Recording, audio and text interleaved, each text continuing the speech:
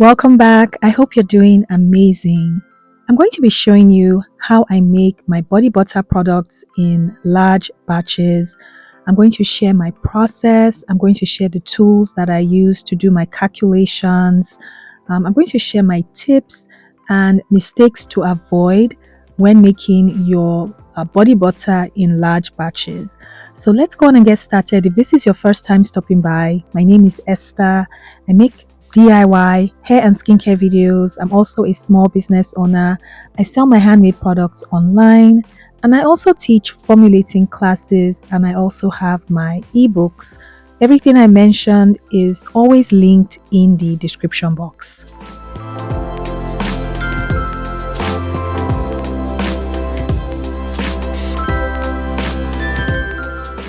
The first thing you need to do is determine how many jars, containers you want to fill.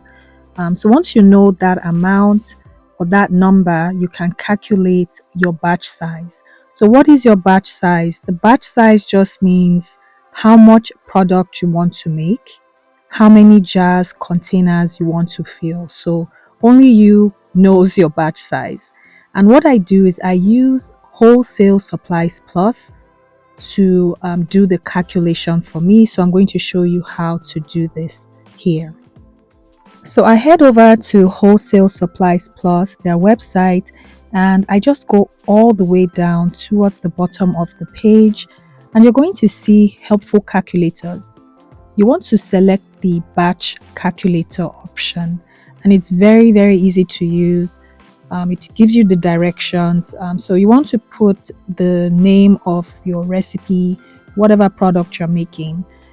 So I'm just going to show you my example. I'm just going to type sensitive skin body butter and your total batch volume.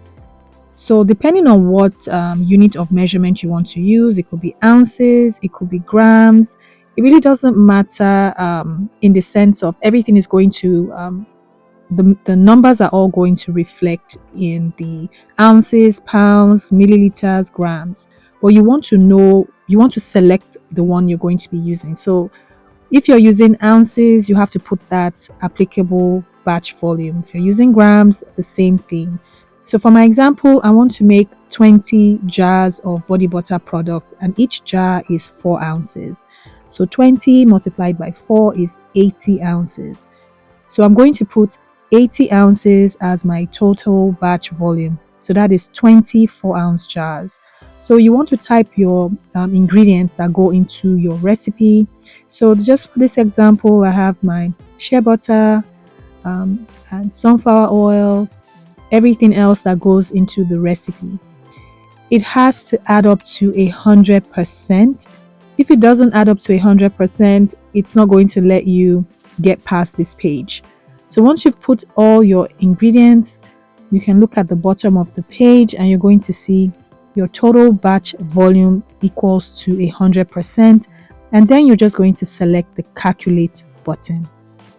And just in case you don't know how to come up with your body butter formulas, percentages, I have a very detailed step-by-step guide to making body butter products. And I'll link that video in the description box. And this is what the calculation is looking like.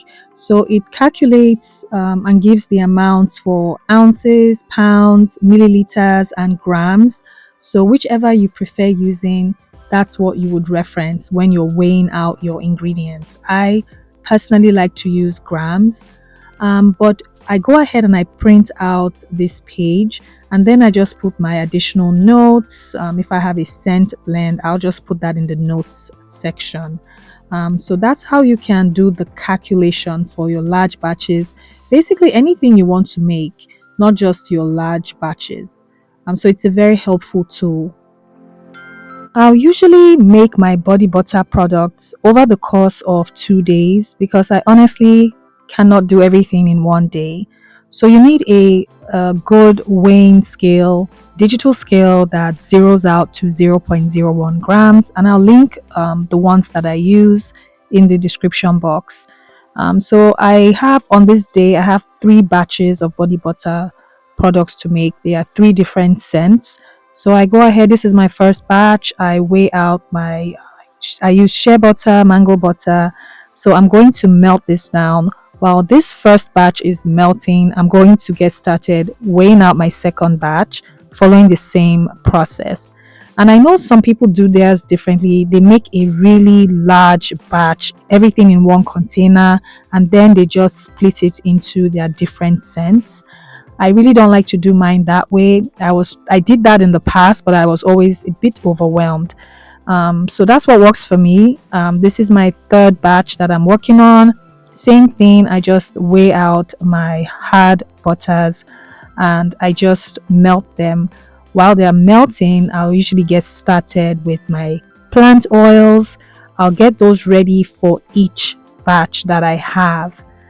So this is what works for me. I'm just sharing my process, but if you have a better way, an easier way, definitely go for it.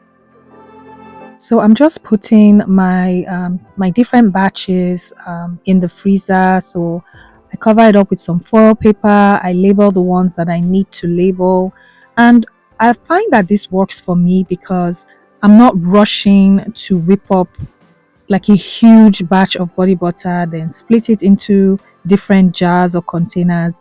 I kind of work at my own pace. I've timed everything to where by the time I'm done whipping up my first batch, my second batch is ready to go, and then my third batch. So it just helps me stay really organized doing it this way.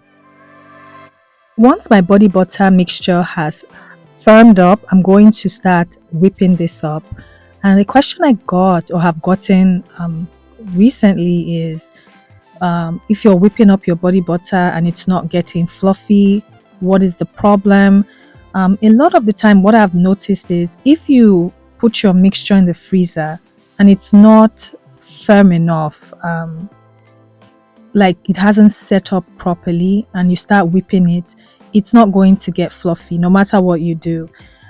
So you want to have a semi-solid mixture, one that's not too hard, but one that's soft enough that you can whip. And then as you continue to whip it, it will, the air that's introduced, the body butter will start to get fluffy. So if you encounter that problem, you're whipping up your mixture, it's not getting fluffy, just put your container or your bowl back in your freezer and just let it stay there for some time. It really varies depending on your batch, the amount of product you're making.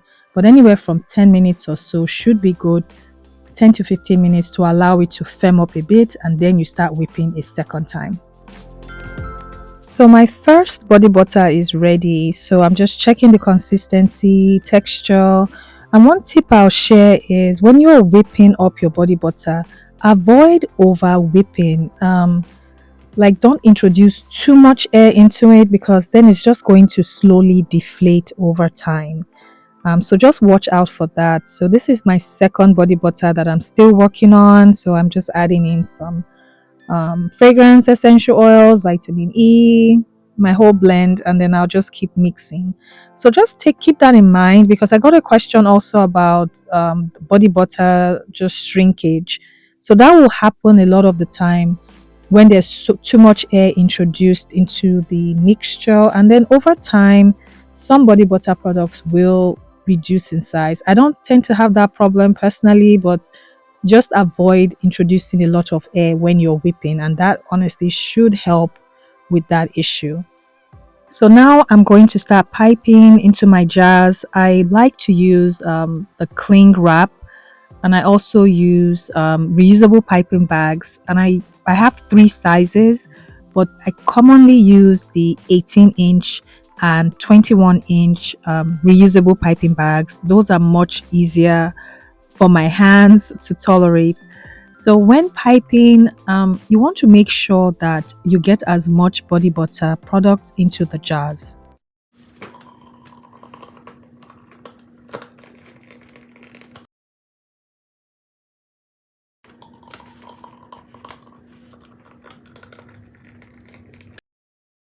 So as I mentioned before about tapping your jar to allow as much product, the reason being that a 4-ounce glass jar in my case does not hold 4 ounces of body butter. It actually holds much less because this is a whipped finished product. It's not like a lotion or cream.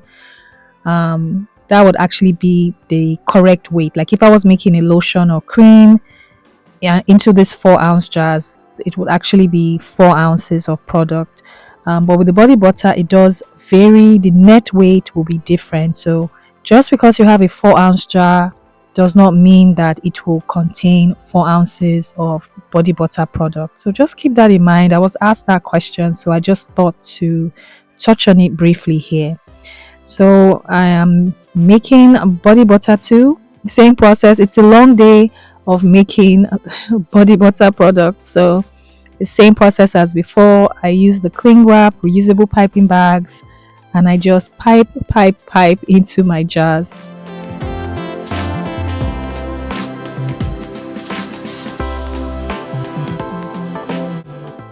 Once I'm done piping, I like to look at the jars, at the size, just to make sure everything looks pretty full. Um, because I usually tap it several times when I'm filling up my jars. I just don't show everything in this video. So once I put my lids, I package everything. I just end up putting all my body butter jars away on the shelves, and then I'll move on to the last batch of the day, which is my body butter number 3.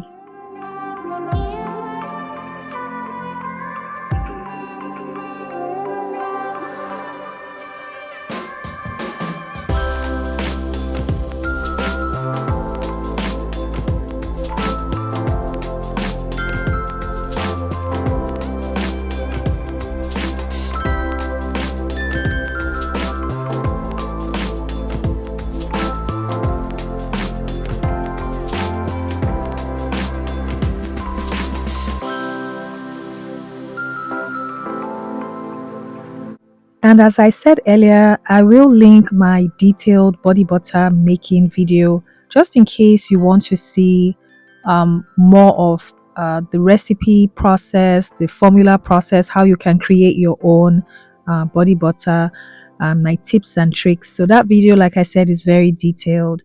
This video is really more of my behind the scenes and just sharing my tips for the large batch body butter making.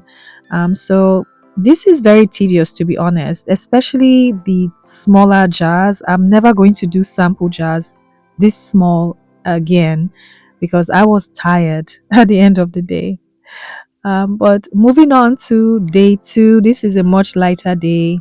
I have 2 body butter products to make. One is unscented and very straightforward. So same thing, weighing my hard butters, melting it down, and I'm also going to do my body butter too, weigh out my hard butters.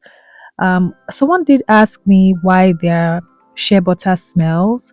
Shea butter has a nutty scent, so it shouldn't smell bad or rancid. So just make sure you're choosing good suppliers.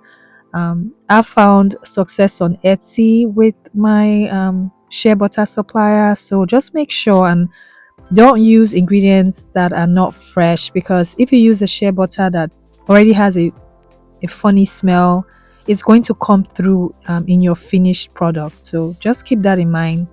Choose ingredients that are not close to the expiration date, so that way you can have a product that will last longer and have a better shelf life.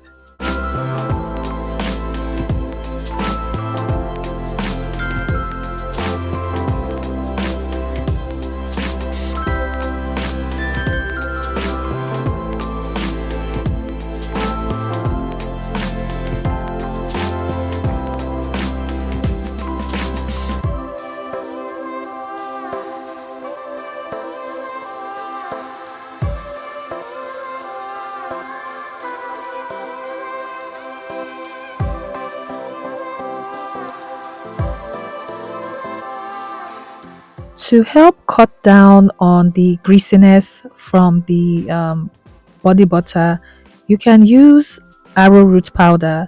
But I've gotten requests about substitutes, and you can either use cornstarch if you don't have arrowroot powder, or you can use tapioca flour. They work the same way.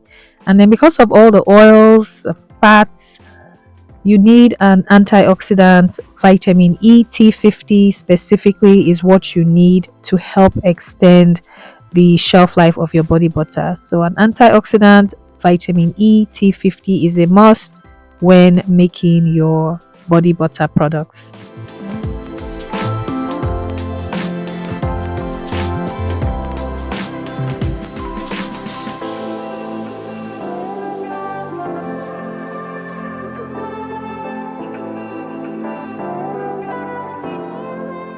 And my body butter is ready. Body butter one, the consistency, I love the consistency. And body butter two is also ready. And it's the same process. I pipe into my jars using my reusable piping bag. And you want to have a system in place and basically process that you follow each and every time. So that way you rarely have failed batches. I think I've only had one failed body butter batch in almost 5 years. I really wouldn't even call it a fail. I just had to tweak a few things. So once you have mastered your process, it doesn't matter how many body butter jars you have to fill.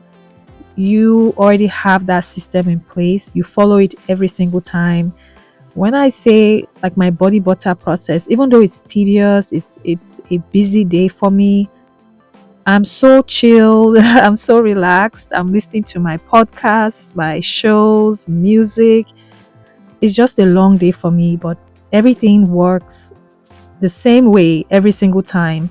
I use pretty much the same suppliers. I get my ingredients from the same places. So I say all this to say that I hope you found this video helpful, useful. I've gotten asked questions about my behind the scenes, what I do, how I calculate for my large batches. So I hope you found this helpful in formulating your body butter products. But once again, check the description box. I'll have all the helpful videos, my body butter videos, everything will be linked there.